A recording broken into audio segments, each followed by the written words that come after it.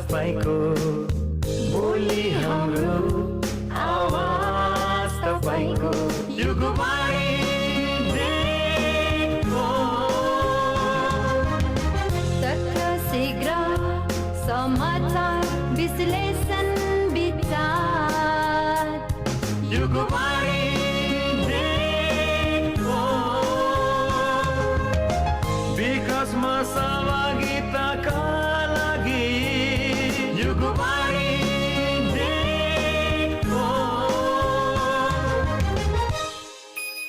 समुदायका लागि सञ्चार युगवाणी नेटवर्क।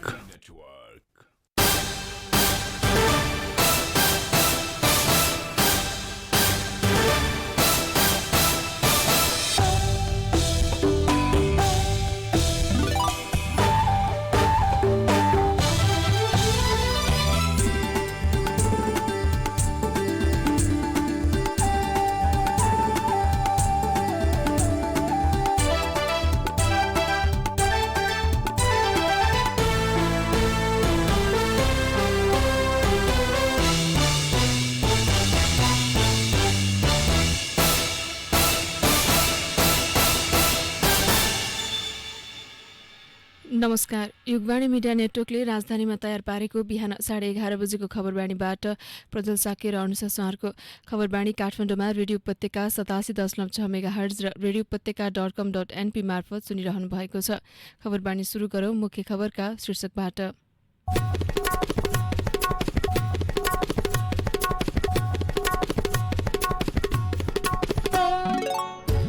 नेपाल समूहको स्थायी कमिटी बैठक आज पनि बस्दै।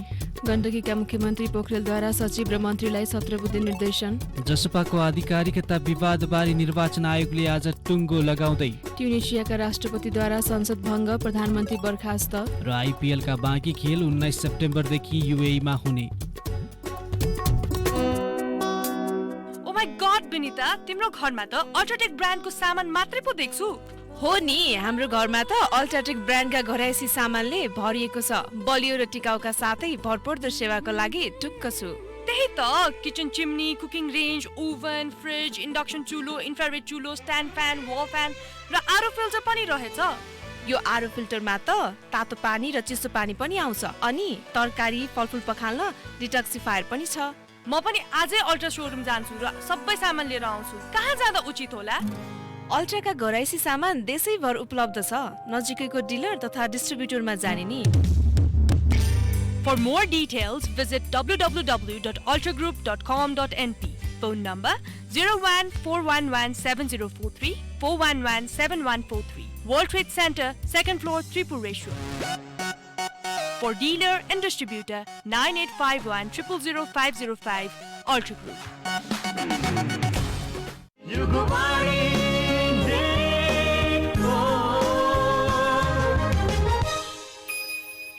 अब खबर विस्तारमा। नेकपा एमालेका वरिष्ठ नेता झलनाथ खनाल र माधव कुमार नेपाल समूहको स्थायी कमिटी बैठक आज पनि बस्दैछ।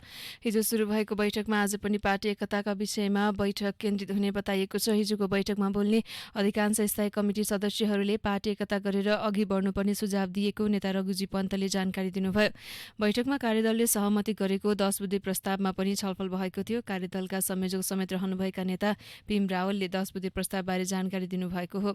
एमाले एकताका लागि दबाब दिन भन्दै हिजो केही सांसदहरूले कार्यदलका सदस्यहरूसँग छलफल पनि गरेका थिए।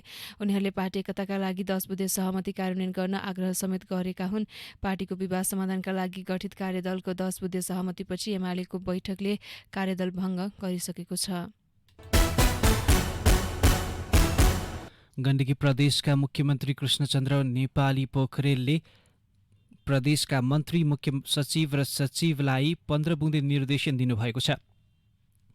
सरकारले पूर्णता पाएसँगै प्रदेशको समुन्नति र समृद्धिको जिम्मेवारी सरकारको काँधमा आएको बताउँदै उहाँले मन्त्री परिषद र सचिव जनताप्रति तथा मन्त्रीहरू मुख्यमन्त्रीप्रति उत्तरदायी हुनाले लोकतान्त्रिक परम्परा अनुसार अगाडि बढ्न सकिने निर्देशनमा उल्लेख गर्नुभएको छ। सरकारका व्यवहार शैली, आचरण, कार्य सम्पादन सहित प्रत्येक क्रियाकलापमा जनताको आँखा तथा सञ्चार जगत र सामाजिक सञ्जालको निगरानी रहने भएकाले त्यसमा सबैलाई सचेत हुन भनिएको छ। निर्देशनमा सरकार प्रजातान्त्रिक मूल्य मान्यताको जगेर्ना गर्दै जनतालाई प्रजातान्त्रिक लाभको न्यायोचित वितरण गर्न दत्तचित्त रहेको बताउँदै जनता सरकारको दैलोमा होइन कि सरकार जनताको दैलोमा पुगेर आभास नागरिकले गर्नुपर्ने सहकारिता र सहअस्तित्वको सिद्धान्त बमोजिम सरकारले चालेका समृद्धिको लक्ष्य हासिल गर्न मन्त्री, मुख्य सचिव र सचिव व्यावसायिक परिणाममूलक र मापन योग्य कार्ययोजना तयारी पारी कार्य सम्पादनमा लाग्नुपर्ने, श्वेतपत्र, वार्षिक नीति तथा कार्यक्रम, बजेट, आवधिक योजना, क्षेत्रगत नीति, मन्त्रालय अन्तर्गतका वार्षिक कार्यक्रमहरूलाई निर्धारित अवधिमा पूरा गर्न क्षमता र सामर्थ्यको पूर्ण उपयोग गर्नुपर्ने भनिएको छ। नागरिकलाई कोरोना विरुद्धको खोप दिन सरकार प्रतिबद्ध रहेकाले खोप प्राप्त गर्नका लागि नेपाल सरकार, निजी क्षेत्र र अन्तर्राष्ट्रिय समुदाय सबैसँग आफ्नो ठाउँबाट पहल गर्नुपर्ने, लगानी र व्यवसाय अनुकूल वातावरण निर्माण गरी निजी क्षेत्रलाई विश्वासमा लिएर अघि बढ्न सरकार आतुर रहेकाले तुलनात्मक लाभ र प्रतिस्पर्धात्मक क्षमताका क्षेत्रको पहिचान गरी पर्यटन विकास, पूर्वाधार निर्माण, कृषि आधुनिकीकरण र औद्योगिकरणमा टेवा पुग्ने गरी लगानी आकर्षित गर्न सबैले ध्यान दिनुपर्ने, पारदर्शिता, सुशासन र उत्तरदायित्वको भावनालाई मूर्त रूप दिन खर्च प्रणालीमा मितव्ययिता र पारदर्शिता अपनाउनु पर्ने भनिएको छ। यस्तै मन्त्रालयको संस्थागत सुशासनलाई सुदृढ बनाउँदै मातहतका निकाय, समिति र संरचनाको प्रभावकारितामा वृद्धि गर्नुपर्ने, आर्थिक वर्षको अन्त्यमा पुँजीगत खर्च गर्ने अवस्थालाई यसै वर्षदेखि अन्त्य गर्ने तथा अन्य प्रदेशका असल अभ्यासको सिको गर्दै गण्डकीका सम्भावना र सबल पक्षको उपयोग गर्ने, विपदका सम्भावित जोखिमको पहिचान र पूर्वानुमान गरी त्यसको रोकथाम र व्यवस्थापनमा सहज रही नागरिकको जीवन रक्षामा लाग्नुपर्ने, प्रदेश गौरवका आयोजना, रूपान्तकारी आयोजना लगायतका बढी महत्त्वका कार्यक्रमहरूको पूर्ण कार्यान्वयनमा तदारुकता देखाउनु पर्ने, शीघ्र सेवा प्रवाह गर्ने प्रणालीको सबै मन्त्रालय तथा आफू सम्बद्ध निकायहरूमा प्रयोगमा ल्याउनु पर्ने भनिएको छ। मन्त्री परिषदको बैठक आजका लागि बोलाएको छ। दिउँसो 3 बजे प्रधानमन्त्री तथा मन्त्री परिषदको कार्यालय सिंहदरबारमा बैठक बस्न लागेको हो। आजको बैठकमा समसामयिक विषयवस्तु र दैनिक प्रशासनिक काम कारबाहीबारे छलफलसहित आवश्यक निर्णय हुने सरकारका प्रवक्ता तथा कानून मन्त्री ज्ञानेन्द्र बहादुर कार्कीले जानकारी दिनुभयो।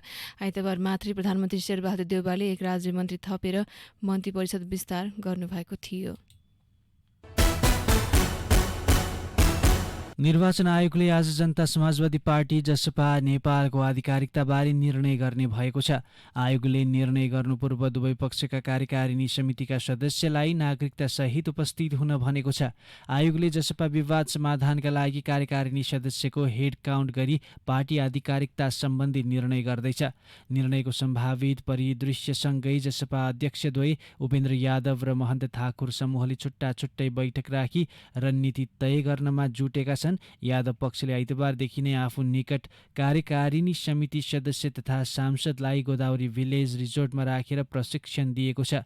संघीय परिषदका अध्यक्ष बाबुराम भट्टराई, अध्यक्ष यादव र वरिष्ठ नेता अशोक राई लगायतले प्रशिक्षण दिएका छन्। आइतबारको बैठक राति अबेरसम्म चलेकाले उनीहरूलाई रिजोर्टमै राखिएको र आज पुनः बैठक बसी सिधै निर्वाचन आयोग लैजाने तयारी गरिएको छ। यादव पक्षले आफूहरूसँग कार्यकारिणी समितिका 33 सदस्य र 21 जना सांसद रहेको दावी गरे पनि गोदावरीमा भने 31 जना कार्यकारिणी सदस्य र सांसदको रूपमा 21 जनाको उपस्थिति रहेको जनाइएको छ। यता ठाकुर पक्षले पनि आइतबार नै आफ्नो पक्षको बैठक राखेको छ। बैठकमा आयोगको सम्भावित निर्णय तथा त्यसपछिको रणनीतिबारे छलफल भएको बताइएको छ। जसपाको 51 सदस्यीय कार्यकारिणी समितिमा यादव समूह बलियो देखिन्छ। संसदीय दलमा बलियो रहेको ठाकुर समूह अहिले आएर कमजोर भएको छ। कमजोर देखिएको ठाकुर पक्षले सर्वोच्चमा हेड काउन्ट रोक्न अन्तरिम आदेश माग गरेकोमा अस्वीकार भएको छ। जनता समाजवादी पार्टी नेपालका कार्यकारिणी सदस्य एवं प्रतिनिधि सभा सदस्य रेशम चौधरी कसको पक्षमा शनाखत गर्ने अझै खुलेको छैन। टिकापुर घटनाका जेलमा रहेका रेशम चौधरी महन्त ठाकुर पक्षका नेता हुन्। पछिल्लो समय उनी महन्त ठाकुर राजेन्द्र महतोप्रति पनि असन्तुष्टि जनाउँदै आइरहेका थिए। उता थरुहट पक्षका अभियन्ताहरूले कसैको पक्षमा शनाखत नगर्न सुझाव दिएका थिए, तर उनी कसैको सुझावलाई नमान्दै आज एउटा पक्षमा शनाखत गर्ने बुझिएको छ। चौधरीको परिवारका अनुसार शनाखतका लागि उनी आफै निर्वाचन आयोगमा जानेछन्। जसपामा आधिकारिकता विषयमा विवाद हुँदा निर्वाचन आयोगले हेड काउन्टका लागि 51 सदस्य कार्यकारिणी सदस्यलाई शनाखतका लागि निर्वाचन आयोग बोलाएको हो। हालसम्म उपेन्द्र यादवको पक्ष बहुमत देखिएको छ। उपेन्द्र यादवले 33 जना सदस्यलाई गोदावरीको एक रिसोर्टमा हिजोदेखि राखिएको छ। आइतबार बिहानबाट कपिलवस्तुबाट सम्पर्कविहीन भएकी भनिएकी जनता समाजवादी पार्टी जसपा नेपालकी लुम्बिनी प्रदेश सभा सदस्य पूर्णमती ढेङ्गा आज पार्टीको सम्पर्कमा आउनुभएको छ। उहाँ उपेन्द्र यादव पक्षीय सांसद हुनुहुन्छ। जसपाले सांसद ढेङ्गा आइतबार बिहान 11 बजेदेखि बेपत्ता भएको भन्दै इलाका प्रहरी कार्यालय बुटवलमा उजुरी दिएको थियो। अहिले भने उनी आफूहरूको सम्पर्कमा आएको प्रदेश अध्यक्ष अशोक यादवले बताउनु भएको छ। यसैगरी इलाका प्रहरी कार्यालय बुटवलका डीएसपी मदन कुँवरले सांसद सम्पर्कविहीन भएको सूचनापछि खोजी गरिरहेका बेला आज सम्पर्कमा आएको पार्टीका नेताहरूले जानकारी दिएको बताउनु भएको छ। आइतबार बिहान सांसद ढेङ्गा कपिलवस्तुमा एक होटलमा केही सांसदहरूसँग बैठक बसिरहनु भएको बेला हिँड्नु भएको थियो। त्यसपछि उहाँ एकाएक सम्पर्कविहीन भएको सांसद सहर्षराज यादवले बताउनु भएको छ। तर आज प्रदेश अध्यक्ष अशोक यादवसँग फोनमा कुराकानी भएको उहाँले बताउनु भएको छ। उहाँ अहिले रूपन्देहीको तिलोत्तमामा आफ्नै घरमा रहेको अध्यक्ष यादवले बताउनु भएको छ। लुम्बिनी प्रदेशमा सरकार गिराउने र टिकाउने खेल चलिरहेका बेला जसपाका केही नेताहरूले सत्तापक्ष सम्पर्कविहीन बनाउने खेलमा लागेको आशंका व्यक्त गरेका थिए। पाल्पाकी ढेङ्गा जसपाकी समानुपातिक सांसद हुन्। काठमाडौँ उपत्यकामा अझै 10 दिनसम्म सभा जुलुस जात्रा महोत्सव भोज भतेर लगायत भिडभाड हुने गतिविधि गर्न नपाइने भएको छ। काठमाडौँ ललितपुर र भक्तपुरका प्रमुख जिल्ला अधिकारीहरूको बैठकले आउँदो 20 गतेसम्म निषेधाज्ञा थप गर्दै सबै प्रकारका सभा सम्मेलन, party palace, cinema hall, dance bar, नाचघर, स्विमिङ पुल, मनोरञ्जन स्थल, संग्रहालय, रङ्गशालामा हुने दर्शक सहितको खेलकुद तथा मानिसको भिडभाड हुने अन्य कार्यक्रम गर्न नपाउने निर्णय गरेको हो। यस्तै खुला ठाउँमा भेला हुन, नित्य पूजा बाहेकका धार्मिक एवं सांस्कृतिक कार्यक्रम, भौतिक उपस्थितिमा हुने पठन पाठनका कार्यक्रम समेत गर्न पाइने छैन। तोकेको परीक्षा सञ्चालन गर्दा भने एक कोठामा 25 जनासम्म राख्न पाइनेछ, तर स्वास्थ्यका सबै मापदण्ड पूर्ण पालना गर्नुपर्ने हुन्छ। गोष्ठी, तालिम, सेमिनार, बैठक, प्रशिक्षण जस्ता कार्यक्रम सञ्चालन गर्दा भर्चुअलको माध्यमलाई उपयोग गर्नुपर्ने र यदि उपस्थित नै हुनुपर्ने कार्यक्रममा 25 जनाभन्दा बढी सहभागी गराउन नपाइने यसअघिको व्यवस्थालाई कायमै राखिएको छ। औषधि तथा स्वास्थ्य सम्बन्धी पसल जुनसुकै बेला खोल्न सकिनेछ, तर अरू पसल भने बेलुकी 7 बजेसम्म मात्र खोल्न पाइनेछ। व्यवसाय सञ्चालन गर्दा स्वास्थ्य मापदण्ड पालना गर्न प्रशासनले आग्रह गरेको छ। यस्तै स्वास्थ्य मापदण्ड पालनासहित सीट क्षमता अनुसारको यात्रु राखेर गाडी चलाउन पाइने आदेशमा उल्लेख गरिएको छ। त्यस्तै बर्दियामा साउन 10 गतेसम्म जारी निषेधाज्ञा साउन 25 गतेसम्मका लागि थप गरिएको छ। जिल्ला कोभिड सङ्कट व्यवस्थापन केन्द्रको बैठकले साउन 25 गतेसम्मका लागि निषेधाज्ञा बढाएको हो। यस अवधिमा सावधानी अपनाउँदै दैनिक उपभोग्य वस्तु, तरकारी, खाद्य, दुध, ग्यासका पसल बिहान 6 बजेदेखि दिउँसो 7 बजेसम्म सञ्चालन गर्न पाइनेछ। विद्यालय, पार्लर, सैलुन, रेस्टुरेन्ट, जिमखाना सहितका अलि बढी भिड हुने पसलहरू भने खोल्न नपाइने प्रमुख जिल्ला अधिकारी सन्त बहादुर सुनारले जानकारी दिनुभयो। यस्तै सार्वजनिक सवारी साधनहरू स्वास्थ्य मापदण्डको पालना गरी बिहान 7 बजेदेखि बेलुका 6 बजेसम्म चलाउन पाइनेछ। प्रहरीले थुनिएको म्याग्दीको धौलागिरी गाउँपालिका 1 मा गुर्जा खोलाबाट प्राकृतिक रूपमा पानी बग्न थालेको छ। शनिबार पहिरो खस्दा थुनिएको खोला बग्न थालेपछि तटीय क्षेत्रमा जोखिम घटेको छ। पहाड खसेर लामो समय खोला थुनिएर बनेको तलाउको पानी बग्न थालेको र तलाउको सतह घट्दै गएको वडा अध्यक्ष झकबहादुर छन्त्यालले जानकारी दिनुभएको छ। खोलामा पहिरो खसेपछि स्थानीय प्रशासनले तटीय क्षेत्रका बासिन्दालाई सतर्क रहन आग्रह गरेको थियो। विदेश र खेलका खबर बाँकी नै छन्। खबर बानीमा एकैछिन विश्राम। उज्यालो सबैलाई मन पर्छ। निरन्तर उज्यालोको लागि अल्ट्राटेक ब्रान्डका एलइडी लाइटहरू 85% भन्दा बढी बिजुली बचत, उच्च गुणस्तरीय तथा नयाँ प्रविधि युक्त 2 वर्षको वारेन्टी सहित अल्ट्राटेक ब्रान्डका बल्ब तथा प्यानल लाइटहरू सर्वत्र बजारमा उपलब्ध छन्। किफायती र भरपर्दो नाम तपाईँ हाम्रो UltraTech brand. For more details, visit www.ultragroup.com.np. Phone number 014117043, 014117143. World Trade Center, 2nd floor, Tripureshwar. For dealers and distributors, 9851 000505, 9851 000505. Ultra Group. Yugvani देखो। खबरबाणीमा पुनः स्वागत छ। अब विदेशका खबर। ट्युनिसियाका राष्ट्रपति केस सैयदले प्रधानमन्त्री हिटलर मेकिचीलाई बर्खास्त गर्नुभएको छ। यस्तै उहाँले संसद पनि भङ्ग गर्नुभएको छ। ट्युनिसियामा कोरोना महामारी रोकथाम र अर्थव्यवस्था व्यवस्थित गर्न सरकारले प्रभावकारी काम गर्न नसकेको भन्दै विरोध प्रदर्शन भइरहेका बेला उहाँले संसद भङ्ग गर्नुभएको हो।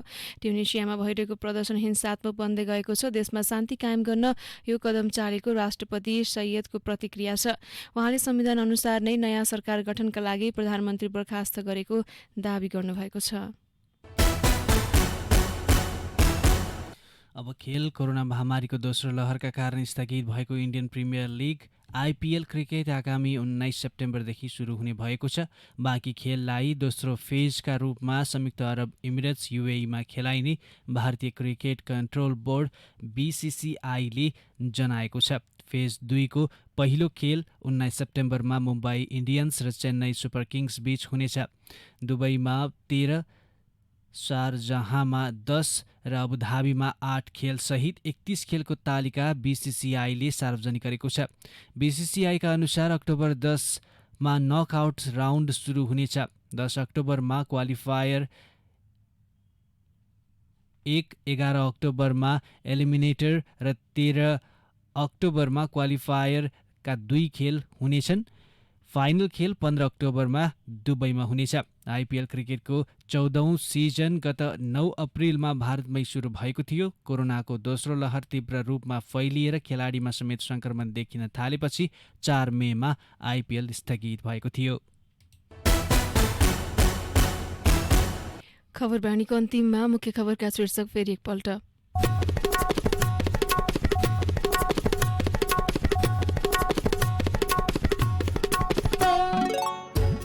नेपाल समूहको स्थायी कमिटी बैठक आज पनि बस्दै।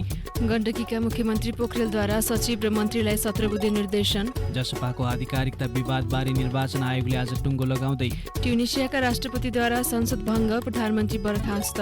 र आइपिएलका बाँकी खेल 19 सेप्टेम्बरदेखि युएईमा हुने।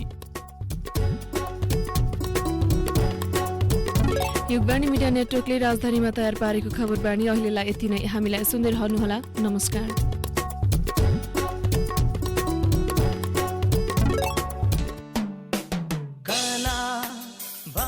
संस्कृति सबै हटाउने, सहरदेखि गाउँ घरका आवाज लियाउने, मनकै कुरा सारा नेपाल नेपालीको हजुर।